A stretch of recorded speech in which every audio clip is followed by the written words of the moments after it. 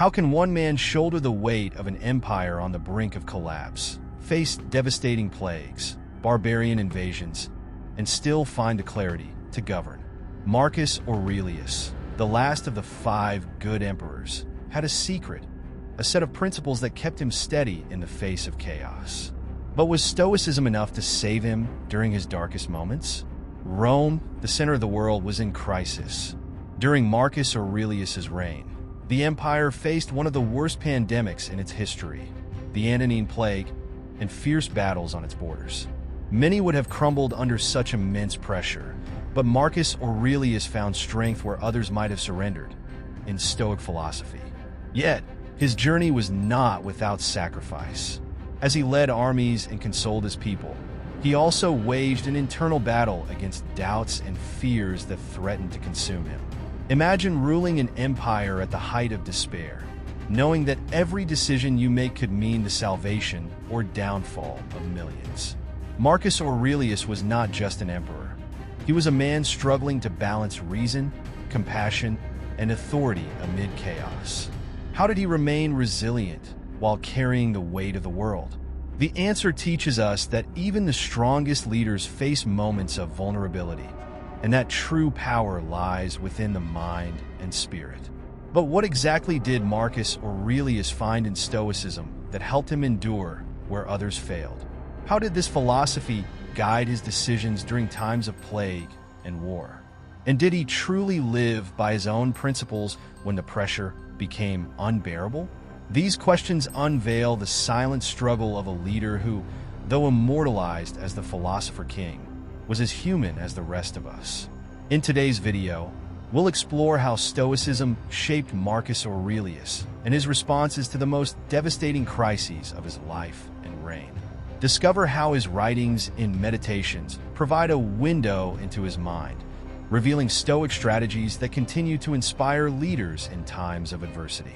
We'll revisit the most critical moments of his rule and uncover why his lessons remain so relevant today.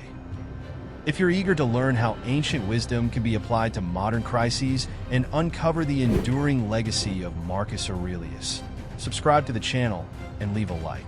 Your support helps us bring more epic stories and timeless lessons that continue to shape our world.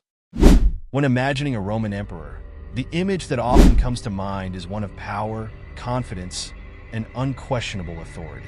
Yet, Marcus Aurelius stands apart, not for the strength of his armies, but for the strength of his mind. As the leader of the most powerful empire in the world, he confronted challenges that would have shattered most rulers. The Antonine Plague, an epidemic that decimated the population, raged across Rome's borders while barbarian invasions threatened its security. But what is rarely discussed is how Marcus Aurelius turned inward during these crises, relying on the philosophy of Stoicism not merely to rule, but to survive his darkest moments. This reliance on Stoicism wasn't an accident. For Marcus Aurelius, the philosophy served as more than a guide for leadership. It became a personal refuge. Through its principles, he trained his mind to focus on what he could control and to accept what he could not. While the empire burned with disease and rebellion, Marcus Aurelius wrote in his journal, later published as Meditations, reminding himself to remain calm amidst chaos. But how could a philosophy of detachment and reason truly withstand the emotional and moral weight of such despair? This question reveals the deeper, human side of the emperor. At the heart of Marcus Aurelius's practice was a paradox.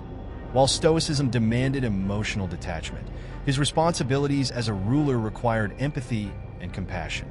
He couldn't afford to disconnect completely from the suffering of his people, nor could he allow his emotions to cloud his judgment.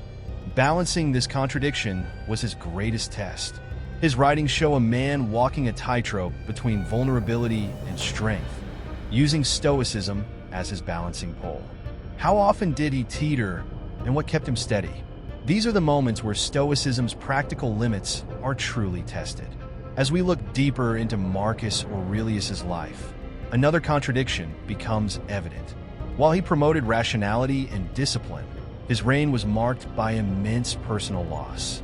The philosophy that sustained him through war and plague was also tested in the crucible of his own grief. How could he reconcile these principles with the pain of losing his children and the daily strain of leadership? This is where the story takes a darker turn, unraveling the complexities of his Stoic resolve. Marcus Aurelius's adherence to Stoicism required him to live with strict emotional discipline. Yet the challenges he faced brought immeasurable personal pain. He lost multiple children to illness, each loss a heavy blow to his heart. Even as he grieved, the empire demanded his unwavering focus. According to Stoic teachings, he was to accept these losses as part of the natural order. But how does a father truly silence such sorrow? His writings reveal glimpses of a man wrestling with these emotions, simultaneously mourning and attempting to let go. This inner conflict became more apparent as Marcus Aurelius grappled with his public duties. Stoicism taught him to see reason as the ultimate guide. Yet reason offered no solace in the face of constant death and suffering. The Antonine Plague, which killed millions, forced him to make decisions that no amount of philosophy could simplify. How do you weigh the value of human lives against the survival of an empire? These impossible choices added a new dimension to his practice of Stoicism, as he struggled to align his moral ideals with the harsh realities of ruling. The paradox deepens when we consider his role as a military leader. While Stoicism advised patience and rationality, the battlefield often demanded swift and decisive action. During the Marcomannic Wars, Marcus Aurelius demonstrated both restraint and ferocity, embodying two seemingly opposing qualities. He sought peace when it was possible, but did not shy away from war when it was necessary. Was this a compromise of his Stoic principles, or an evolution of them? His actions suggest a leader who saw philosophy not as a rigid doctrine, but as a flexible tool for survival. These contradictions raise a crucial question. How did Marcus Aurelius reconcile the demands of Stoicism with the brutal realities of his life? And more importantly, was his reliance on philosophy a source of strength or a fragile shield against an overwhelming tide of chaos? To answer this, we must explore how his Stoic principles shaped not only his mindset, but also his strategies as a ruler in times of crisis. As Marcus Aurelius faced relentless pressures from within and beyond Rome's borders, his Stoic philosophy began to influence not only his personal resilience, but also his strategic decisions. The invasions by barbarian tribes along the Danube River presented challenges that could have unraveled even the most experienced leaders. Yet, instead of succumbing to impulsive reactions or brute force, Marcus Aurelius adopted a patient and calculated approach. His philosophy taught him that while he could not control the actions of his enemies, he could control his response. And this perspective became a cornerstone of his leadership. Rather than seeking swift and total annihilation of his foes, Marcus Aurelius focused on long-term stability. He negotiated peace when possible, understanding that diplomacy often yielded more sustainable results than prolonged warfare. Even in victory, his decisions were measured, ensuring that his actions aligned with a broader vision of preserving Rome's future. This was not the rash ambition of a conqueror, but the deliberate calculation of a philosopher-king. Still, this strategy came with risks. His patience could be seen as weakness, and his reliance on reason over force invited criticism. Could such an approach truly safeguard the empire during its most vulnerable moments? The Marcomannic Wars were a defining period where Marcus Aurelius's philosophy collided with the brutal demands of war. He led his troops personally, enduring the same hardships they faced, from harsh winters to scarce resources. His Stoicism allowed him to remain composed under pressure, offering a model of resilience for those who followed him. However, these campaigns also exposed the limits of his philosophy. The grim realities of war tested his ideals, forcing him to confront the suffering and destruction that even a restrained strategy brought. Was this a compromise of his beliefs, or evidence of their practical application? By examining his military leadership, we see how Marcus Aurelius used Stoicism as a framework for decision-making rather than an absolute rulebook. He adapted its principles to fit the complex and often chaotic circumstances of his reign. Yet, this adaptability raises an essential question. Were his actions always consistent with the philosophy he cherished, or did the demands of empire force him to bend those ideals? To fully understand, we must explore how the lessons of his reign extend beyond his time, influencing leaders and individuals facing their own crises today. The challenges Marcus Aurelius faced during his reign were monumental, but the principles he lived by resonate far beyond ancient Rome. His ability to balance personal grief, public responsibility, and relentless external pressures offers a timeless blueprint for navigating adversity. In his writings, we find not just a record of his thoughts, but a manual for resilience that speaks to leaders, thinkers, and everyday individuals alike. His words remind us that even in the darkest moments, clarity and strength can be found by focusing on what lies within our control. Modern leaders often look to Marcus Aurelius as an example of how to manage crises with composure and rationality.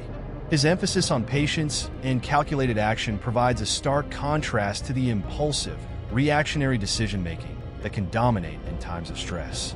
Yet his legacy is not without its complexities. He was, after all, a man bound by the realities of his era, navigating a world filled with conflict and loss. Can we truly apply his Stoic ideals to the unpredictable challenges of today, or are there limits to their relevance in a vastly different world? Perhaps the greatest lesson Marcus Aurelius leaves us is the importance of self-awareness and reflection. His meditations were not written for an audience, but as a means of holding himself accountable. This practice of introspection allowed him to confront his own fears, doubts, and failures, transforming personal struggles into sources of growth. But even as we admire his resilience, one question lingers. Was his reliance on Stoicism a testament to its strength, or a testament to his own inner fortitude? Could another leader, without the same discipline, have achieved the same balance? As we reflect on his life and philosophy, we are left with a profound challenge. How do we, in our own lives, embody the principles that Marcus Aurelius lived by? Can we, like him, find a way to remain steadfast in the face of uncertainty while remaining deeply human? Or does his story reveal a standard that few, if any, can truly meet? Marcus Aurelius' resilience and self-discipline helped him navigate the chaos of his reign. But how did Rome's greatest generals instill these same virtues in their soldiers? The answer lies in the legendary 10th Legion. Julius Caesar's most loyal and battle-hardened force didn't just fight. They achieved the impossible at Alesia. Their unshakable discipline, unwavering loyalty, and unmatched tactics turned the tide of history. Want to see how? Click here to uncover the secrets behind Rome's most formidable legion and witness the battle that defined an empire.